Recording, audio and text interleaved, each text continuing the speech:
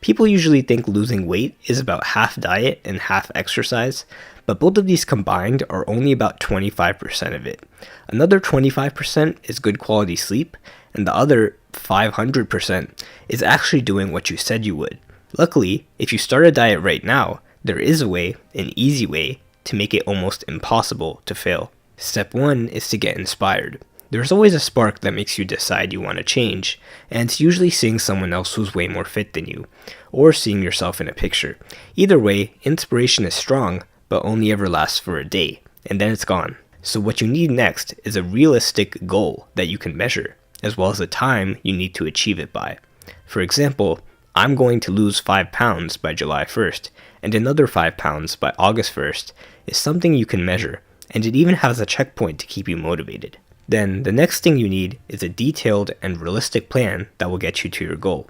The plan might just be to replace your daily breakfast of milk, sugary granola, and a peanut butter jelly sandwich with instead a 1-mile jog, followed by a bowl of 15 big strawberries and 3 boiled eggs. Believe it or not, this one change is more than enough for you to lose multiple pounds of fat in just a few weeks. But having the plan is not enough. You need to set everything up so that you can easily follow the plan. You have to buy the strawberries and boil the eggs the night before and get your running clothes ready so that when you wake up, the easiest thing to do is to just stick to the plan. If you don't boil the eggs and you keep buying peanut butter and grape jelly and you keep putting them at the front of the fridge where it's the first thing you see, then that means you don't actually intend to stick to your diet. You're just looking forward to that one day when you give in and make your high-calorie breakfast again. If you want to make it easy to eat healthy, then make it hard to eat junk food.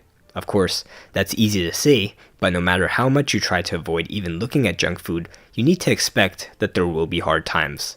Like when you accidentally trip and fall face first into a booth at IHOP, you see that every item is over 1,000 calories, and you get the temptation to say 5 of the most dangerous words in diet history.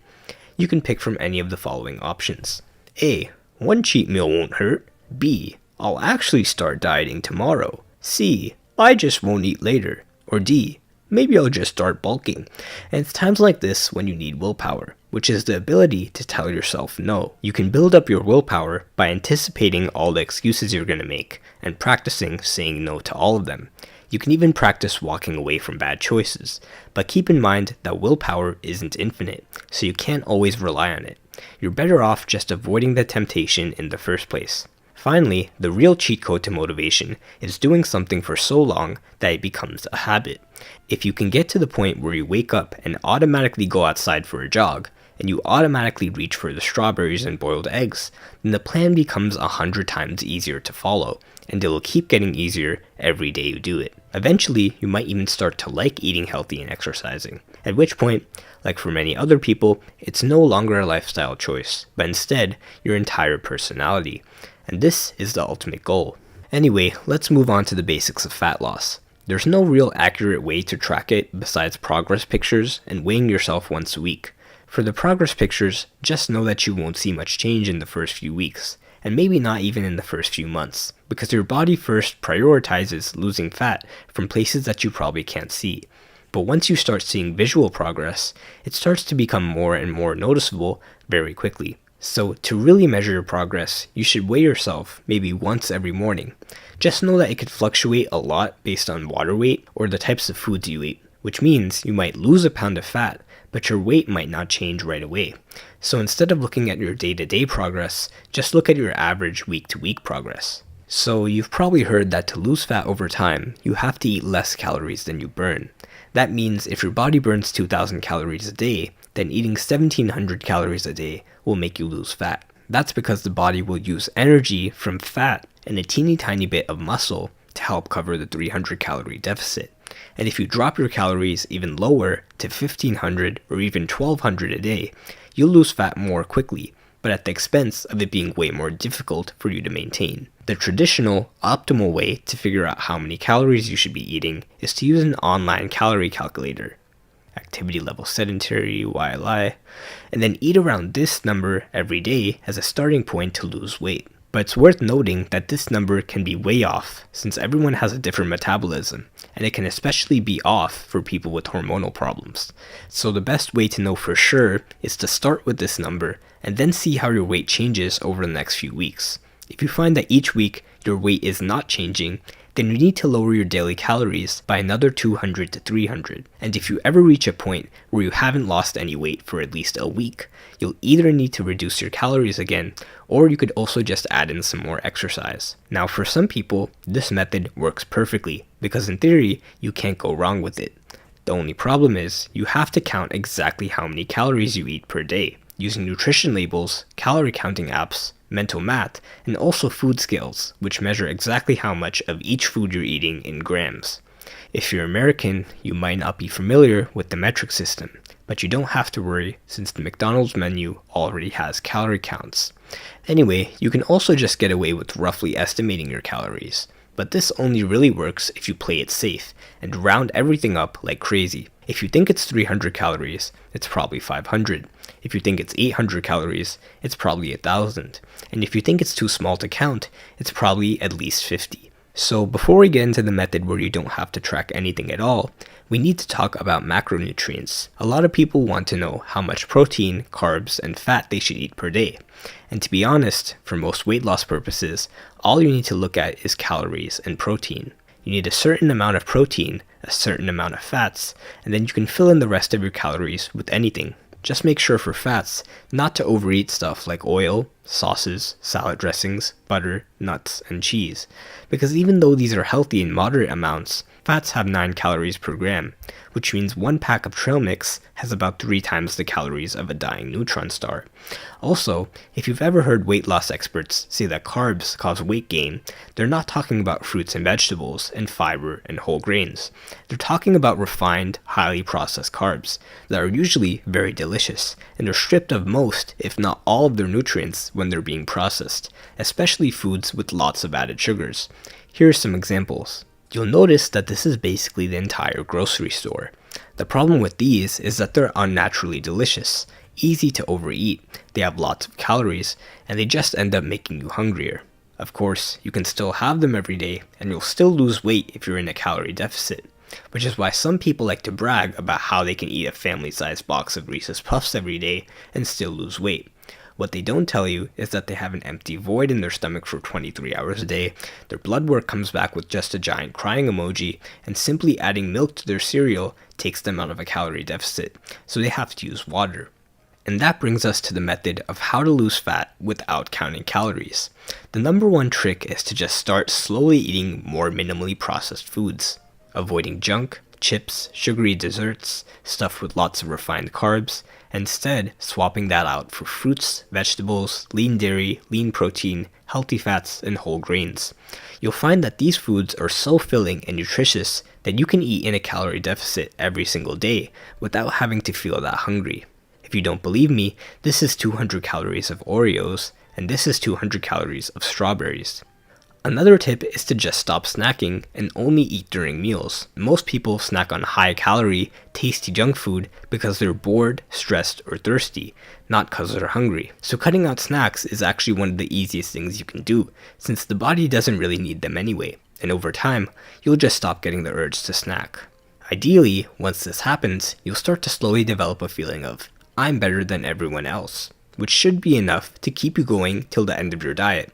But in case times get hard, here are some more tips. Number 1, start drinking lots of water. Water is very filling, and half of the time when you're hungry, a quick drink of water will get rid of the feeling. Just keep a big water bottle next to you, and you'll never forget. This will also prevent you from craving high-calorie drinks, like soda, juice, bubble tea, and milkshakes. Number 2, if you keep saying, today doesn't count, the real diet starts tomorrow, then it'll never start. Number 3, avoid liquid calories. It's way easier to drink lots of calories in the form of sugary drinks than it is to eat them. Number 4, low-fat shredded cheese, keto bread, cauliflower rice, egg whites, and even peanut butter powder are low-calorie swaps you can make. Number 5, you can make healthy meals like this and this taste good with 0-calorie condiments and spices and sauces and 0-calorie sweeteners, but don't overuse them, because in general, the tastier your food is, the more cravings you'll get for tasty food. Number 6. Use zero-calorie diet sodas to your advantage if you have sweet cravings. Number 7.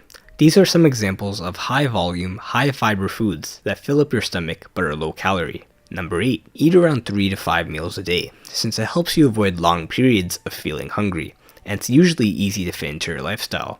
One big meal a day might also work, but people tend to give up on that diet very quickly. Number 9. Save your biggest meals for times when you tend to get the hungriest. Number 10. Many people find it easy to be in a calorie deficit when doing intermittent fasting. It involves only giving yourself a 4 to 8 hour window to eat, and then not eating the rest of the day. It might sound hard, but just know that when you don't eat, you won't just be constantly hungry. Hunger comes and goes in waves, so if you just wait a little bit, the hunger goes away. Number 11. Eat more protein because protein makes you feel satisfied, and you also burn about 20 calories just to digest 100 calories of protein. Number 12. Speaking of protein powder is good, but it's processed, and it's a powder that you drink, so it's not really as filling as other protein sources. But if you need it to meet your protein requirements, then drink it with water. Number 13. If you want to, try black coffee or tea, since caffeine slightly boosts your metabolism and slightly suppresses your appetite. Number 14. Use smaller plates, smaller bowls, and smaller portion sizes, because it tricks you into feeling full quickly. Number 15. If you mess up, don't take it as an excuse to start eating tons of junk food, because even though messing up wasn't part of the plan, giving up was never part of the plan. Now on to exercise. It burns some calories, it improves your health, and once you experience what it really takes to burn 200 calories, you're probably less likely to pop open a 200-calorie bag of chips. So here are some tips. Number 1. Lift weights. This will not only increase your metabolism, but it will burn calories, and it helps you build muscle. You can use this website to get ideas for exercises. Number 2. Walk more. Getting at least 10,000 steps a day is basically a cheat code for burning extra calories and losing fat. Number 3. Do more cardio. While diet is more important than exercise for losing fat, cardio will make it easier. If you find it boring, you can try high-intensity interval training. Or, if you like, you can do circuit-style workouts, which you can find lots of on YouTube. Some gym bros like to claim that 15-minute YouTube workouts don't work, but remember that they watch hour-long videos of other people working out. Number 4. Be less sedentary. Not many people talk about this because it's hard to explain, but getting up and moving around and just doing stuff throughout the day burns way more calories than you would think. This includes activities that you don't normally think of as exercise, like taking the stairs, cleaning your house, pressure washing your driveway, cooking, fidgeting, standing, walking around, carrying groceries, and touching grass. Basically, anything except sitting or rotting in bed. Lastly, a fat loss tip that everyone thinks doesn't apply to them is to get good quality sleep. Sleep regulates your hormones, and when it comes to fat loss, these hormones pretty much determine everything. Now, you might be thinking, well, I don't have to worry about that. I already get good sleep. Anyway, please donate and subscribe to fund the next video.